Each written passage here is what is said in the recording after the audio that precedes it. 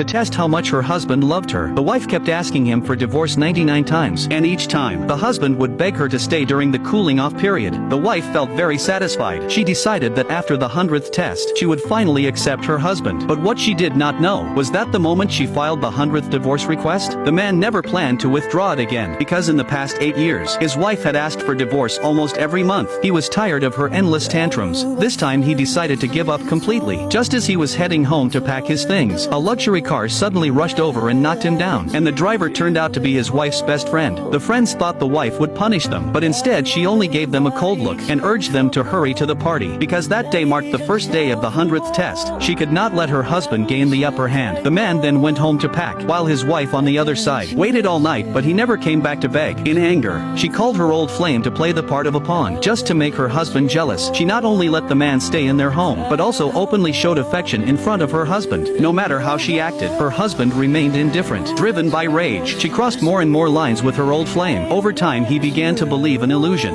thinking he might actually replace the husband. To drive the man away completely, he spent the next month trapping and humiliating the husband again and again. Whenever the husband tried to explain, he faced harsher punishments from his wife. Even though she knew the truth all along, she sided with the old flame, only to force her husband to give in. He was done with such pointless games, so he locked himself at home, quietly waiting for the cooling-off period to end. Bored, he picked up his brush again. Years ago, to support his wife's business, he had given up his passion for design. Now, with divorce approaching, he decided to return to his career. 3 days later would be the global design competition. To test his skills again, he worked through 2 sleepless nights, and finally finished his entry. But when his wife saw it, she flew into a rage. 我跟你说过，我不喜欢你碰这些。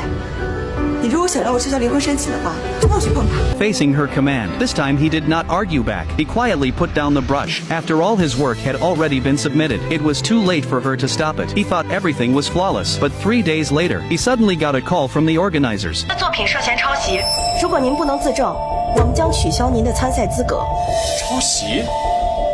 我抄谁的了？和新锐设计师沈嘉恒的作品交的一模一样。他是当红设计师，所以我们只能处理您这边。 He never expected that his wife, to keep him tied to her forever, had given his drafts to the old flame. With his design, the other man easily won the championship, while he was accused of plagiarism and was blacklisted from the industry. At that moment, he felt completely powerless. But luckily, the next day was the end of the cooling-off period. Once it passed, he could finally break free from his wife. Early the next morning, she took him straight to the Civil Affairs office. 记住了，以后乖乖听话，否则我依然会离婚的。 They got into the car ready to leave. While he was still thinking how to get away from her, the old flame called, saying he felt sick. Not wanting her husband to feel triumphant, she decided to give him one last test. She lied about visiting the old flame and pushed him out of the car.